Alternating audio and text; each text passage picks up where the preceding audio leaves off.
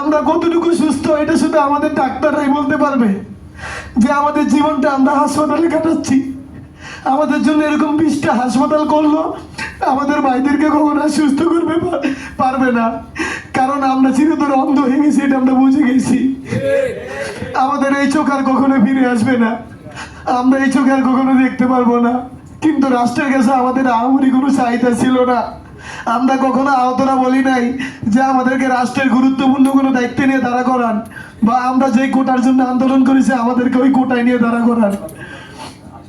আমরা শুধু রাষ্ট্রের কাছে বলেছি যে আমাদের উন্নত ট্রিটমেন্টের জন্য যা যা করা লাগে আমাদেরকে আপনারা করবেন।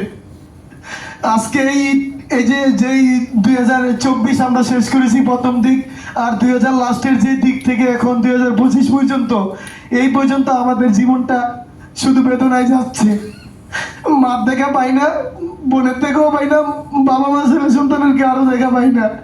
তারাও আমাদেরকে নিয়ে এখন অবহেলা করে। তারা প্রতিনিয়ত আমাদেরকে বলে, আমাদের অনেক ভাইদেরকে বলে যে আমরা কিভাবে জীবন যাপন করব, বা তোদের জন্য আমরা আজকে এই অবস্থায় এসে দাঁড়িয়েছি। কিন্তু বাবা মাদের উদ্দেশ্যে বলতে চাই, অনেক বোন আমার অনেক ভাইদেরকে, তার বিয়ে হয়েছে, তার ওয়াইফ তাকে ছেড়ে চলে গেছে, তাহলে তার জীবন সঙ্গিনী তাকে ছেড়ে চলে গেছে।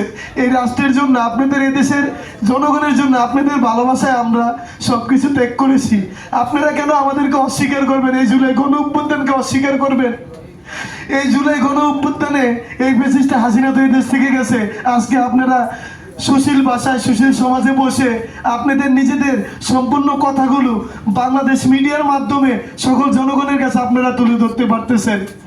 আমরা তো দেখিনি এই 16 বছর যাবৎ বিভিন্ন দাবি দাক্কা নিয়ে বিভিন্ন জায়গায় দাঁড়াতে। আমরা দেখেছি এই জুলাই গণ অভ্যুত্থানে যখন এই 5 আগস্ট হাসিনা চলে গেছে, তখন আপনারা দাবি দাক্কা নিয়ে দাঁড়াইছেন।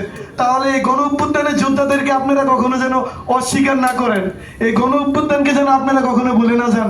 আপনারা অনেকে মিডিয়ার সামনে বলেন যে এই গণ অভ্যুত্থান শুধু 36 দিনের না, 16 বছরের। আমরা তো কখনো অস্বীকার করিনি যে 1971-এ যারা যুদ্ধ আছে তাদেরকে আমরা তো কখনো অস্বীকার করিনি। তারা আমাদের ভাই, তারা আমাদের সহকারী, তারা আমাদের বাবা। আমরা তাদের সাথে থাকতে চাই, আমরা তাদের প্ল্যাটফর্মে অংশগ্রহণ করতে চাই। এ বলে আমি আমার কথা শেষ করলাম। সবাই ভালো থাকবেন। আসসালামু আলাইকুম।